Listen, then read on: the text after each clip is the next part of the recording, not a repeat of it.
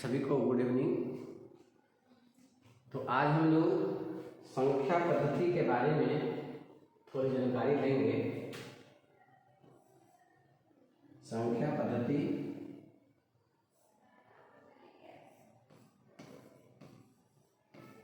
Number system के बारे में हम जानकारी लेंगे। आज नंबर सिस्टम सबसे पहले थोड़ा सा देखते हैं। जैसे हम देखते हैं यहाँ पर 1 2 3 4 5 6 7 8 9 10। ये 10 अंक अभी हम लिए हैं। इस 10 अंक के बारे में सबसे पहले हम लोग जानते हैं 1 से लेकर के, और एक अंक की संख्या जो होती है 1 से लेकर के और 9 तक जो संख्या होती है उसके बारे में हम जानकारी प्राप्त करेंगे। अब जैसे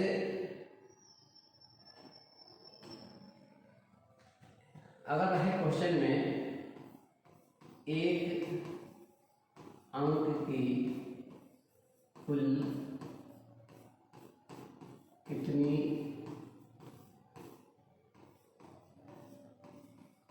संख्या होती है, ठीक है। एक अंक की कुल कितनी संख्या होती है, तो हम देखिए एक अंक की कुल संख्या कहाँ शुरू होगा, 1 से। 1 2 3 4 5 6 7 8 9। तो एक अंक की कुल संख्या जो हो गई आपको 9 हो गई, ठीक है। अब कहता है, इसमें क्वेश्चन बन सकता है कि एक अंक की सबसे छोटी संख्या, एक अंक की सबसे छोटी संख्या, एक अंक की सबसे छोटी संख्या।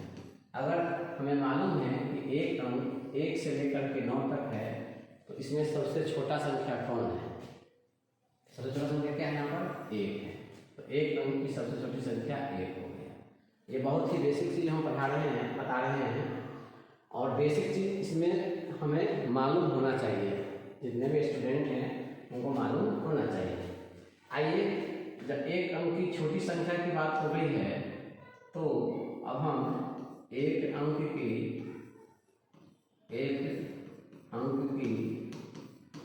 सबसे बड़ी संख्या की बात करते हैं। बड़ी संख्या की बात करते हैं, तो एक अंक की सबसे बड़ी संख्या देखिए कहाँ था। एक अंक कहाँ से होता है? 1 2 3 4 5 6 7 8 9 है। तो एक अंक की सबसे बड़ी संख्या क्या हो गया? आपको 9 हो गया, ठीक है। अब आइए फिर से लिखते हैं 1 2 3 4 5 6 7 8 9 10। अच्छा, एक अंक की छोटी संख्या की बात हो गई, एक अंक की बड़ी संख्या की बात हो गई। तो अब हम लोग जानते हैं एक अंक की सबसे छोटी विषम संख्या के बारे में जानते हैं। पहले विषम संख्या। अच्छा, विषम संख्या,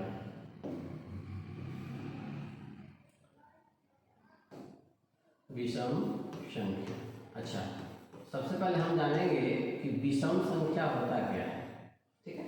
तो विषम संख्या वैसी संख्या होती है जो 2 से विभाजित न हो, जो 2 से विभाजित न हो, यानी जो 2 से नहीं कटता, यानी जो संख्या जोड़ा में नहीं होगा। जो संख्या जोड़ा में नहीं होगा वो क्या होगा?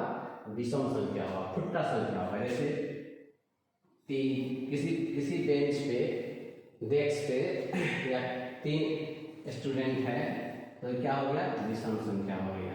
1 है तो क्या हो जाएगा? विषम संख्या हो जाएगा। 5 है तो क्या हो जाएगा? विषम संख्या हो जाएगा। 7 है तो विषम संख्या हो जाएगा। 9 है तो विषम संख्या हो जाएगा, ठीक है। यानी हमने सीखा कि अगर किसी भी अंक के लास्ट में कोई अंक, चाहे वो छोटा हो चाहे बड़ा हो, उसके लास्ट में 1 3, 5, 7, 9 रहेगा तो क्या होगा, विषम संख्या होगा। जैसे 9, 6, 0, 0, 1। संख्या बहुत बड़ा है, देख करके घबराना नहीं है। अगर कोई आदमी आपसे पूछे कि बताइए 9, 6, 0, 0, 1 ये सम संख्या है कि विषम संख्या है, तो आप कहेंगे विषम संख्या है। क्या है, क्योंकि विषम संख्या को पहचानने का नियम होता है उसके लास्ट में 1, 3, 5, 7, 9 में से कोई भी एक अंक होगा तो वह विषम संख्या होगा। तो क्या है, विषम संख्या है। तो हम बता रहे थे कि एक अंक की सबसे छोटी विषम संख्या, देखिए एक अंक यहाँ शुरू होता है और एक क्या है, अभी हमने बताया क्या है, विषम संख्या है। तो एक अंक की सबसे छोटी विषम संख्या क्या हो जाएगा, 1 हो जाएगा। ठीक है, आइए आगे बढ़ते हैं। इसी में पूछ देगा एक अंक की सबसे बड़ी विषम संख्या 9 क्या हो जाएगा, एक अंक की सबसे बड़ी विषम संख्या। तो इसका आंसर क्या हो जाएगा, इसका आंसर आपको हो जाएगा 9। क्या हो जाएगा, 9। तो हमने अभी सीखा कि एक अंक की सबसे छोटी विषम संख्या आपको 1 है और एक अंक की सबसे बड़ी विषम संख्या 9 है। ठीक है, हमने सीखा कि 1 से लेकर 9 तक कुल कितने अंक होते हैं, तो 9 अंक होते हैं। ठीक है, आइए नेक्स्ट अब सम संख्या के बारे में जानते हैं। फिर आपके पास है 1, 2, 3, 4, 5, 6, 7, 8, 9, 10। अब आते हैं हम यहाँ पे लिखते हैं कि एक अंक की सबसे छोटी सम संख्या। ठीक है, सम संख्या किसे कहते हैं, तो वह सम संख्या वह संख्या है जो 2 से पूर्णतः विभाजित होता है, 2 से पूरा कर जाएगा। पहचानने का तरीका है,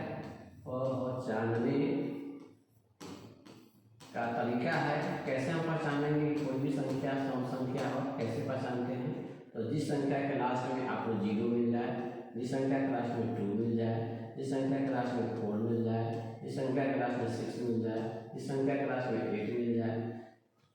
संख्या छोटा हो या बड़ा हो, अगर किसी संख्या के लास्ट में अंत में हमें 0, 2, 4, 6, 8 अगर मिलता है तो वह संख्या क्या कहलाता है, सम संख्या कहलाता है। जैसे देखिए हम उदाहरण लेकर समझाते हैं, 9 है, 6 है, 7 है, 0 है, 8 है। संख्या 5 अंकों की है, लास्ट का संख्या हम देखेंगे क्या है, 8 है। कोई भी आदमी अगर आपसे पूछ दे कि बताओ बेटा 9, 6, 7, 0, 8 ये सम संख्या है कि विषम संख्या है, तो आप कह सकते हैं कि सर ये सम संख्या है। क्या है, इसके लास्ट में क्या है, 8 है। तो हमने अभी बताया कि जिस संख्या के लास्ट में 0, 2, 4, 6, 8 रहेगा वो क्या होगा, सम संख्या होगा। ठीक है, अच्छा इसी में क्वेश्चन बन जाएगा आपका कि एक अंक की सबसे बड़ी सम संख्या। तो एक अंक 1 से शुरू होता है तो ये तो है नहीं सम संख्या, आगे आइए 9 तक आता है। ठीक है, तो 9 तो विषम संख्या है, ये तो विषम संख्या है। हम आगे की ओर जाएंगे नहीं, क्यों नहीं जाएंगे, क्योंकि यह 10 जो है 2 अंकों की संख्या है, इसलिए ये तो होगा ही नहीं। तो एक अंकों की सबसे बड़ी संख्या कहता है, तो हम क्या करेंगे, जितनी अंक की बड़ी संख्या करते हैं वहाँ पर पहुँच जाएंगे और हम चेक करेंगे कि क्या यह नंबर सम है, नहीं सम नहीं है, तो हम पीछे की ओर आएंगे तो कितना हो जाएगा ये 8, और 8 क्या है, सम संख्या है।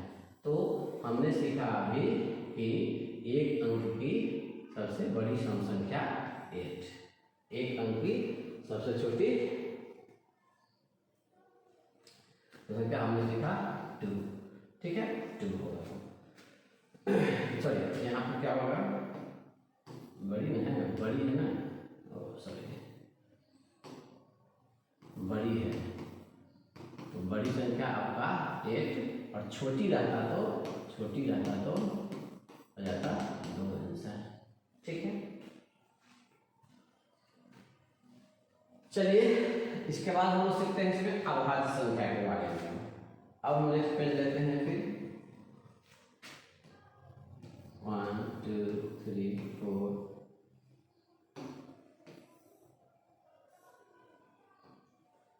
1 2 3 4 5 6 7 8 9 10।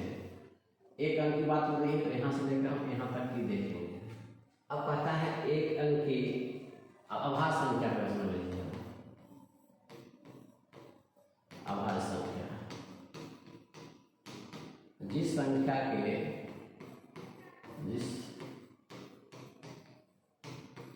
के सिर्फ 2 फैक्टर यानी गुणनखंड होते हैं। कहने का मतलब है कि जो अभाज्य संख्या है प्राइम नंबर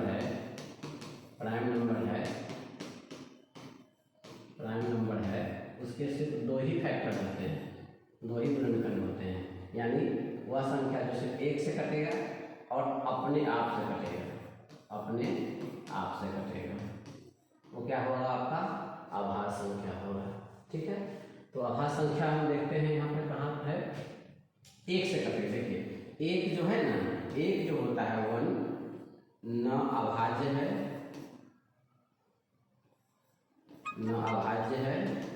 न भाज्य है। ठीक है, नाइदर प्राइम और नाइदर कंपोजिट, ये अभाज्य संख्या नहीं। आगे आएगा 2 जो है किससे कटेगा, 2 सिर्फ 1 से कटेगा और 2 से कटेगा। इसीलिए 2 जो हो गया आपका सब अभाज्य संख्या हो गया। 2 के बारे में और जानकारी हम रखेंगे कि 2 जो है सम संख्या होते हुए भी अभाज्य संख्या है। ठीक है, सम संख्या होते हुए भी अभाज्य संख्या है। इसके बाद आपको कोई भी ऐसा सम संख्या नहीं मिलेगा जो अभाज्य होगा। ठीक है, कभी क्वेश्चन में आपसे पूछा जाता है निम्नलिखित में से कौन अभाज्य संख्या है या फिर नहीं है ना।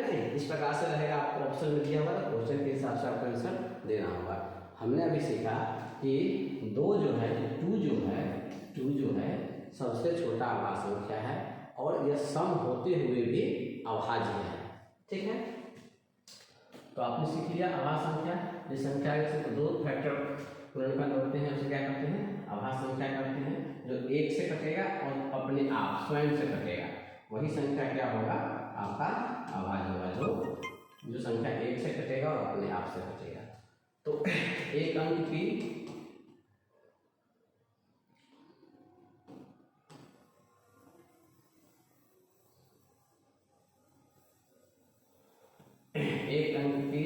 सबसे छोटी अभाज्य संख्या आपको हो गया, एक अंक की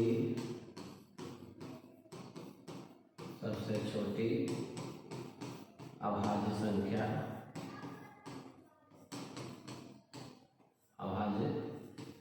आपका हो गया 2।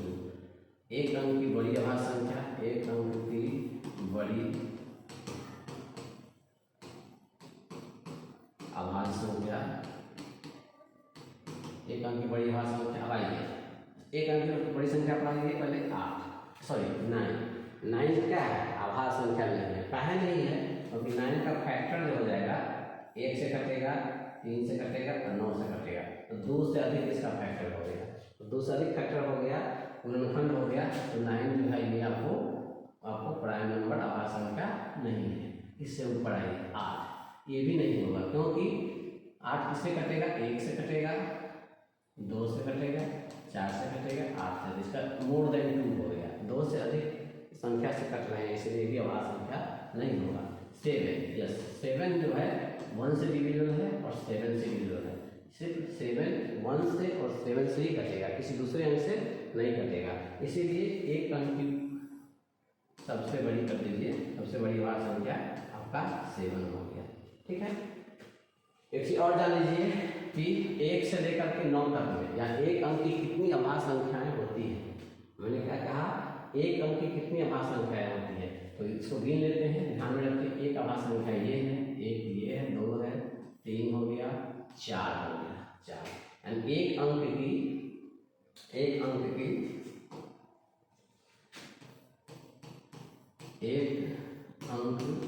की कुल अभाज्य संख्या